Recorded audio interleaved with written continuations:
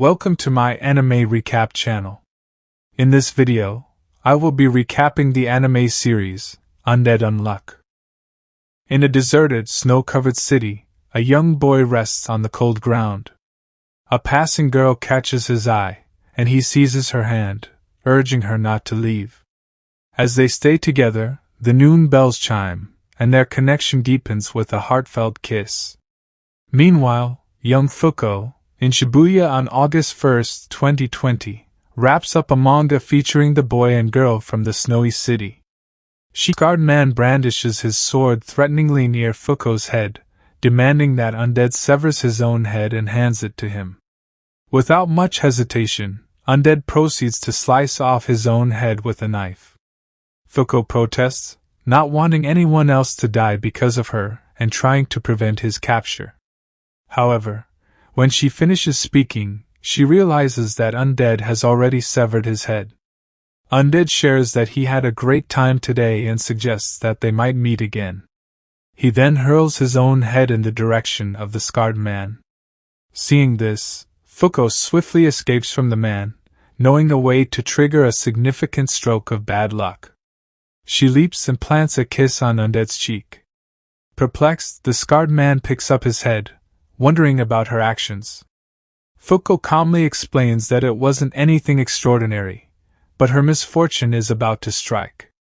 Undead grins and initiates his regeneration process, advising Fuuko to run.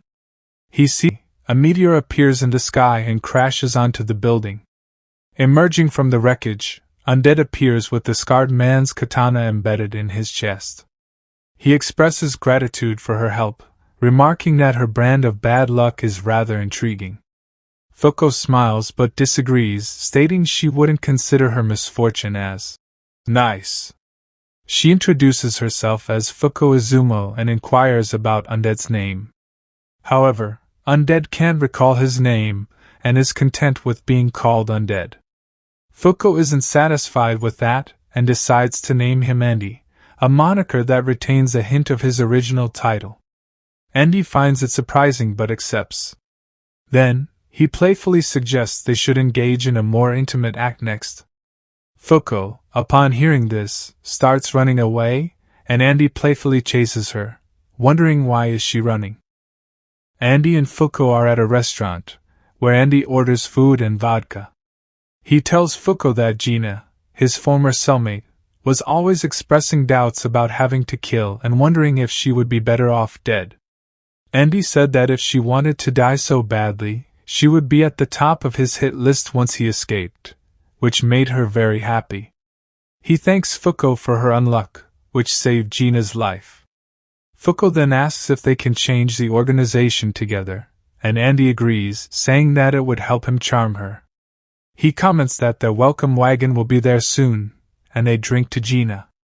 Just then, a creature breaks through the ceiling and calls them 9 and 10, transporting them to the union's roundtable with the other members. Andy bites off 8 of his fingers and shoots them at the other members in greeting, but they easily block them. The leader of the union then welcomes them to the organization. Juice, the leader of the union, welcomes Andy and Fuuko to the organization. Tatiana, a member of the union with a robotic arm, immediately punches Andy for killing Gina, another member of the union. Billy, another member of the union, tells Tatiana to calm down, as fighting among members is forbidden. Andy managed to cut the fingers off of Tatiana's robotic arm, which annoys her. Juice tells Andy and Fuuko to stop pointing their weapons at each other. Tatiana and Andy calm down, and Andy apologizes to Fuuko, but comments that it got them results. Apocalypse, the first artifact found on Earth, opens his eyes and rips 6 pages from himself, revealing 6 quests for the Union to complete. The capture of Yume Burn will reward them with the 11th seat, the capture of Yume Eat will reward them with the location of Negator Unburn, the neutralization of Yume Language will reward them with the unification of all languages, the capture of Negator Unseen will reward them with the location of Yume Call, the capture of Yume Past will reward them with the location of Artifact Rebellion, and the capture of Yume Spoil will reward them with the location of Negator on Repair. If the quests are not completed by August 31st, Yume Galaxy will be added as a penalty. Apocalypse explains how many participants each quest can have, and then tells the Union to choose their quests. Juice tells Nico Vorgel, a member of the Union, to analyze the data. While he does, Juice explains that they should prioritize the first 3 quests, with Burn having the highest priority due to the most valuable reward. He also suggests giving up on the last quest, as they lack data and may lose face. Nico agrees with Juice's recommendations, and Juice prepares to split the quests between the members of the Union. Fuuko asks Top, a member of the Union who sits next to her, what Apocalypse is. Top explains that Apocalypse is the first artifact found on Earth. When all 10 Negators, powerful beings who oppose Apocalypse, sit at the round table, it opens and forces unreasonable and impossible quests on them. If they succeed, they get rewards, but if they fail, they get penalties. Fuuko wonders if they should play along with the rules, as Gina, her former cellmate, once commented that no matter how hard she tried, nothing changed. Juice, the leader of the Union, explains that the god who resides on the other side of the book has forced 98 rules on Earth, such as sex, language, race, death, and sickness.